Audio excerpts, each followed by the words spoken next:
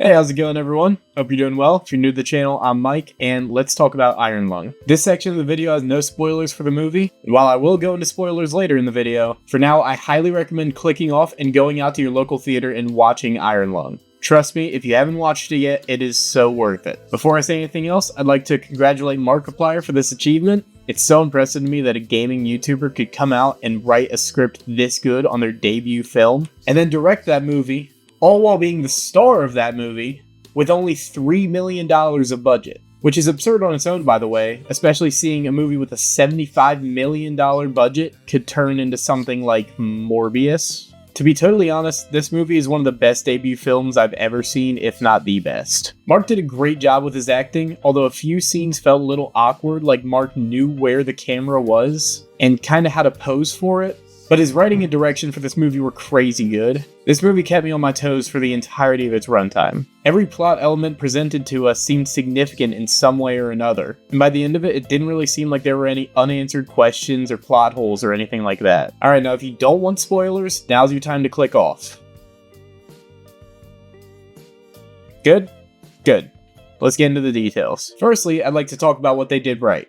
To preface, I've never played Iron Lung nor watched a playthrough before, so I went into this experience completely blind as to what the story was about. I'd seen some trailers and it got hinted at plot elements, but realistically I was going in with nothing. So when this movie opened up with a monologue about a catastrophic event known as the Quiet Rapture, while showing us a submarine submersing into an ocean of blood, only to show us that Mark's character Simon was in that submarine, I was immediately hooked. Just the name, The Quiet Rapture, creeps me out.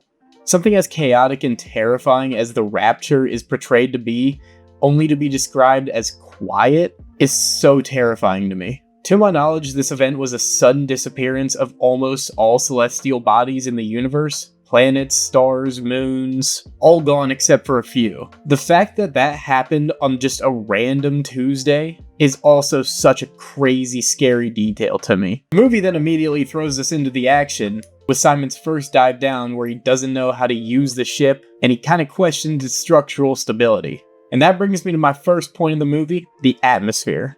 This movie set a mood that I didn't know I could feel. I felt claustrophobic the entire time and loved it, honestly. And they lived up to the name, the Iron Lungs, so well. If you don't know, an iron lung is a breathing machine used for victims of polio back in the 40s. You were basically stuck in a giant machine that breathes for you.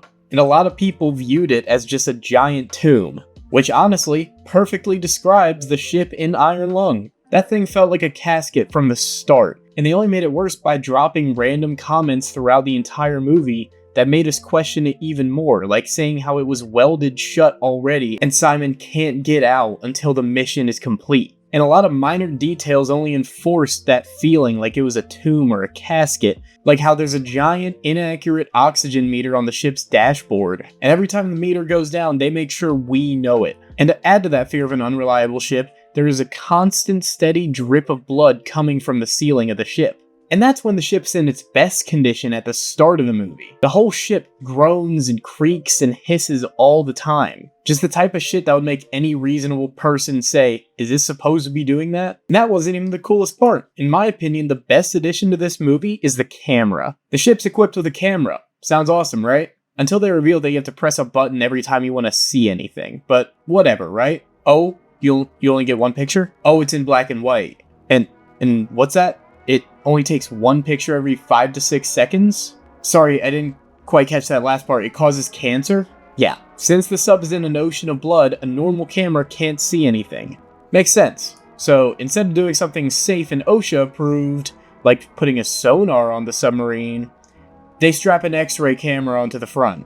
Which they never informed Simon about, by the way, leading to him giving a crazy dose of radiation to none other than Sean, or better known as Jacksepticeye. Side note, I do really like how they added Sean to the movie without making it too obvious. To be honest, I didn't even know it was Sean until I googled the actors and saw that he was one of the top people on there. Back to the point, Simon irradiates the shit out of one of his co-workers, causing Ava, the leader of the expedition, to get mad and send Simon back to the depths in a very unpleasant manner. The two have a back and forth, eventually coming to an agreement of sorts. The ship got equipped with a sort of sample collector, and if Simon could ram the front of the ship into the skeleton that they saw earlier, and brings back up a sample, he's free from all of his crimes. We don't know what his crimes are at this point in the movie, but they talk to him like he committed some form of cardinal sin, to the point that Simon even hates to think about it. But Simon accepts the mission, and upon arrival to the same place that the skeleton was at on his previous dive, he's met with nothing. Him and Ava have another back and forth, eventually leading to him finding it and ramming it, taking a sample. All is good, he starts to head back up, but suddenly he gets attacked and knocked out. He wakes up and gets back to it, but he's completely lost and in a new location. After exploring for a bit, he finds a point in the cave, and after taking a picture, he's met with this staring him in the face.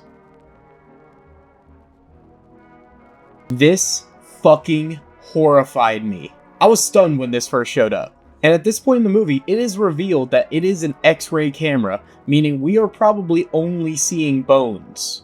This might be the scariest monster reveal I've ever seen in any horror movie, maybe except for Insidious. If I was in this situation, I would be dyeing my pants a new shade of oak brown and pear yellow. This picture is going to haunt my nightmares and my wet dreams. I will be peacefully passing away in 20-something years and still be thinking about this. I came into this movie with no clue what I was gonna see, but it wasn't this. That is a creature the size of 2 blue whales, with teeth the size of cars, and glowing fucking eyes. And the script kind of blows that off. Simon just says something like somewhat funny, like, I'm gonna go turn around the other way. I mean, he is in a soda can at the bottom of an ocean of blood, staring at the Alaskan bullworm, and he just pops a lighthearted joke and turns around. I love the writing at most points in this movie, but this was one of the points that kind of threw me off, I won't lie. I feel like he should have kind of aimed to emphasize how terrifying that is. But maybe I'm just nitpicking. Anyways, let's move on. Simon moves on exploring the cave until he finds that he's gone in a complete loop. The oxygen depletes some more, and this time shit gets wicked. Now, I'm not sure if this part is real or some form of oxygen-deprived hallucination, but shit hits the fan because Simon catches a glimpse of something in his camera that sends him into some form of mindscape. He rises from a pool of blood to be face to face with the creature, and they talk, leading to Simon losing his shit even more. And at this point, Simon is breaking down, just saying he wants to live. That's all he wants. But he comes across a wreck from an old expedition with a ship known as the SM-8. He was lied to. He was told this was the first expedition, the test run. He tries to download some information and data off of it, but it gets blocked by a password. And that gives me one of my favorite moments in the movie, where Simon tries to guess the password as password. And that doesn't work, so he tries password 1. I don't know, I thought it was really funny. He starts hearing voices of the crews from previous expeditions, thinking they were coming in on the intercom. And so he breaks the intercom out of a fit of rage. So at this point, he is cut off from the rest of the universe. He has no communications, and he is at the bottom of an ocean of blood. He eventually finds his way out of the cave and reestablishes communications with Ava, which just reveals how bad his hallucinations have gotten. He completely imagined ripping off the cords to the intercom system. The wire that he seemingly tore out was back and fixed. While they converse, Ava reveals that Sean is sick and recovering in the med bay from his involuntary radiation therapy. And Simon confronts Ava about her lies. Questioning if he was even ever supposed to survive. Ava kind of confirms that he was more of a pawn so that humanity could go on in the future, because his life doesn't really matter as much as the human species' survival. And while she feels compassion for Simon, she can't completely overlook what he did. Which was what? What did Simon do to land in this position? Well, he destroyed one of the only remaining sanctuaries for humans in space. He completely exploded one of the biggest space stations remaining. I believe killing over 60 people, which doesn't sound like a ton, but when humanity's dwindling down to a handful, that's so many.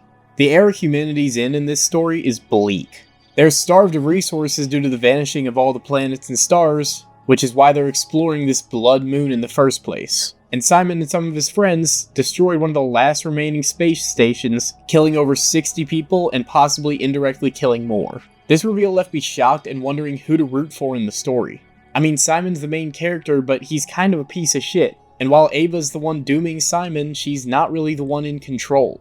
But in their conversation, Simon reveals information about the SM-8, which Ava asks about. Ava then says that if he can get data from the SM-8 and bring it back up, he is free, forgiven of all of his crimes. Simon has no other choice but to accept the offer, so he ventures back down into the deep to find it again. He uses the password given by Ava to collect the data and download it onto a hard drive, which he saves and starts to make his way back up until it finds him. The creature's right in front of him, telling him to delete the data and doom mankind since they've never helped him. He struggles with the decision until eventually committing to save humanity, and he charges full speed at the creature, stunning it. He then throws the ship into full throttle reverse, hauling ass Tow Mater style, giving him time to retrieve the data in one of the most nerve-wracking scenes I have ever seen, with Simon crawling through a narrow passageway that's filling up with blood. Simon's accepted at this point that he's going to die, especially when the creature finally catches up and is right in front of his ship. Simon fixates the drive to a life jacket, preparing for the end, and the monster rips through his ship, tearing it to pieces and devouring Simon. The movie ends with the life jacket floating on the ocean of blood, the hard drive still attached, and Ava's team finding it. Now, to be totally honest, this is the best horror movie I've seen in a long time, and it's definitely the best video game adaptation movie I've ever seen, especially when compared to recent adaptations. The atmosphere throughout the movie was terrifying, and all the acting and voice acting was top notch. I completely forgot I was even watching Markiplier by the end of the movie. His performance made his character feel so real and emotional, and the development of his character through the movie was so interesting. The development of Simon's character throughout this movie was great, slowly making us change our view of him from a poor, good person to a terrorist, and an unapologetic one at that. The design of the ship was so cool, with just enough space to be functional, but like barely.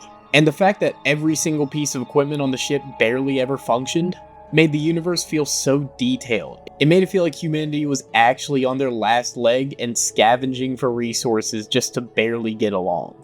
Overall, this movie hit the spot for me. There's not many studios that can make a movie of that caliber with $3 million, and clearly most people agree with me. Seeing the opening weekend made $18 million. I don't care that it has a 50% on Rotten Tomatoes. Rotten Tomatoes is a joke of a company, and it always has been, glaringly evident by their score for the Big J.E.'s favorite movie. I'd give Iron Lung a solid 9 out of 10, with the extra points only missing because of those few moments that just took me out of the story. Anyways, that's going to do it for the video. I hope you guys enjoyed. Tell me what you guys think in the comments below. I would love to hear your guys' opinions on this movie. And don't forget to like and subscribe, and I'll see you guys in the next one.